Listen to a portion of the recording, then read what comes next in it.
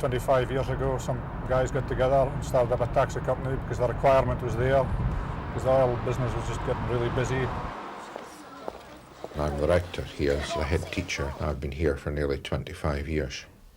We got married at South St Nicholas Church, and our wedding reception was 72 guests. We started his and hers on the 3rd of November 1975, and on the same day the Queen drove down Rosemount to open the 40 field. And although we were so busy with his and hers, we were aware of the Queen coming. We thought perhaps she'd pop in and get her eyebrows done or something like that.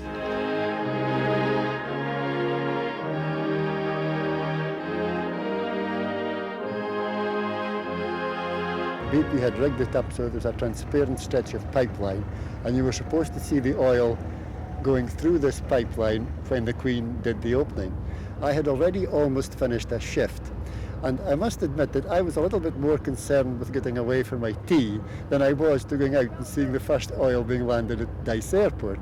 All the class got to walk down to BP with her little flags, and we stood all in a line waiting for her to come along. And she actually stopped at me and my friend and asked us how we'd managed to get the morning down to come and see her, and if we had got the day off school. Dallas was on the television, so we were all quite used to all the 10-gallon hats and everybody moving about looking very prosperous.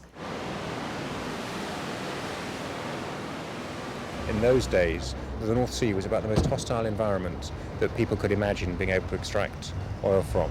It was awesome at the time. Forties at that time, in 75, in the early days, it was exciting. It was demanding, it was interesting, it was all of these things, because for most of us, it was a completely new experience. 30 years ago, it was a twinkle in people's eye. 25 years ago, it was there, and something pretty special. And it's got a place close to an awful lot of people's hearts. For BP, this is where North Sea began. To be told that you were going to Aberdeen to actually help produce oil was just wonderful. I think the whole country then was caught up in the fact that we would be producing oil from our own continental shelf and what this would do for the country's economy. It was just a fantastic feeling to be a part of this. And I think in 1975 the country really needed this boost. We had shows like Russell Harty and Bucks Fizz out there at one time. The show was excellent. And if I remember correctly, I had to stay an extra night because of fog. They didn't do an extra show. I vividly remember my arrival because I had to negotiate a wooden stepladder to get from the helideck to the accommodation, and there was nothing below me but the sea. Signs and dual languages and all over the place. You didn't know whether you were speaking to a Spaniard or an American or a Brit. Forties Alpha was built by a project management team that was entirely American. Forties Delta, 2 years later, was built by a project management team that was entirely British.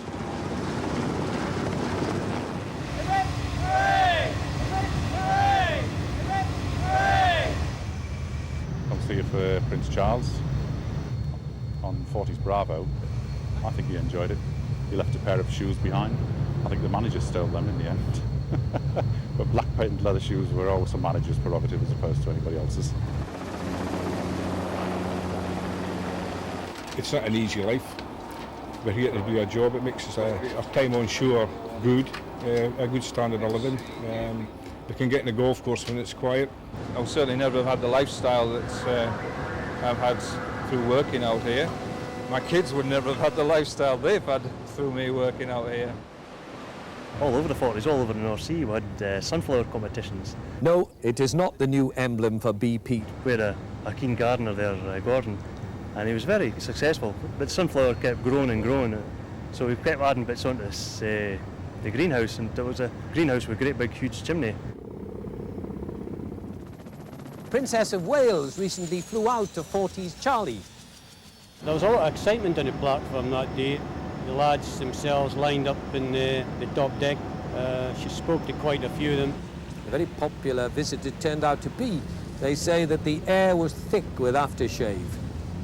We identified a little girl in Aberdeen who needed a kidney machine. The boys offshore really went to it, and in a period of 18 months or so we raised the money. Morning all, thanks for being my for open house, and a warm welcome to the JY prog. Jimmy Young was coming out to do his usual live show, and Dixon Mabin, John Saint, myself would be interviewed. Good afternoon, Andy. Good afternoon, Jim. Nice to hear you on board. Thanks very much. I was almost hoping for an electrical blackout to save me having to go on live air. Well, you talk like Marlene and Dietrich, and you dance like Zizi Jeanmaire. Many of you watching this will probably think that it's a setup, that we're at Broadcasting House or something like that, but we are actually on Forties Alpha. Just consider for a moment that the BBC couldn't possibly have an audience as ugly as this lot, or that John Brown would go along with such a charade. John, we are actually here now in the field, aren't we? We are indeed. Your Rolling Stones records, any friend of Sasha Distel? Oh yes you do. And you go to the embassy party. I don't know if I was the first woman offshore on Forties. What I do know is I was one of 3 women who went to work on Forties as APEs, which was assistant production engineers. It was a refreshing change to get females offshore, and they probably feel quite outnumbered with the amount of men we have on the platform. I mean, there were obviously undertones from knowing that you're the first woman, or one of the first women to go out there, that put a certain edge to it. But on the whole, it was an exciting time. I have got very happy memories.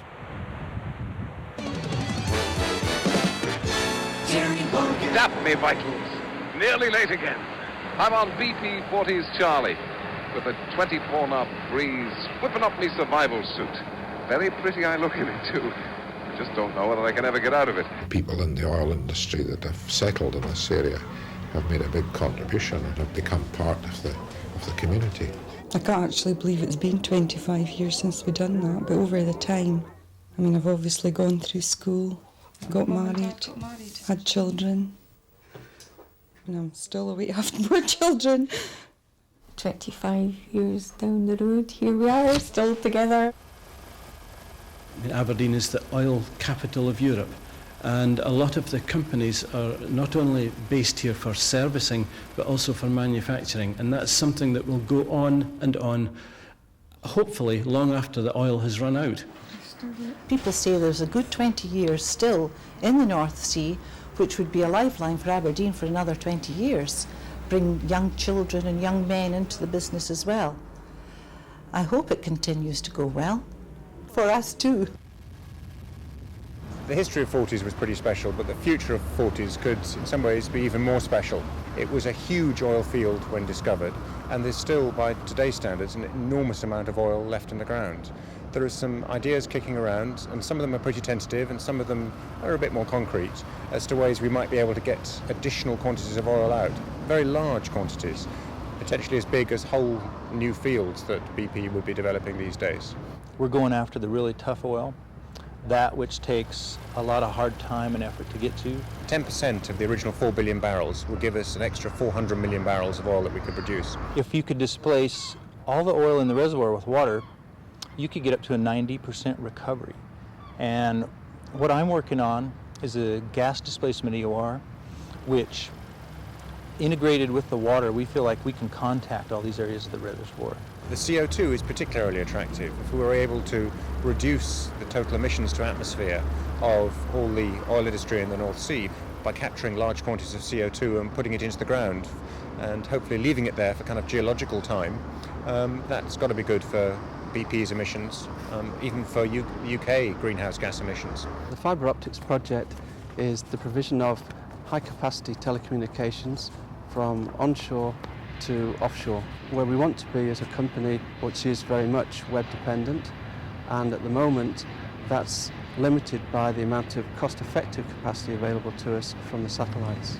What I'm doing is looking at a project that goes beyond the Forties field, which is to provide power generation to offshore in a completely new way.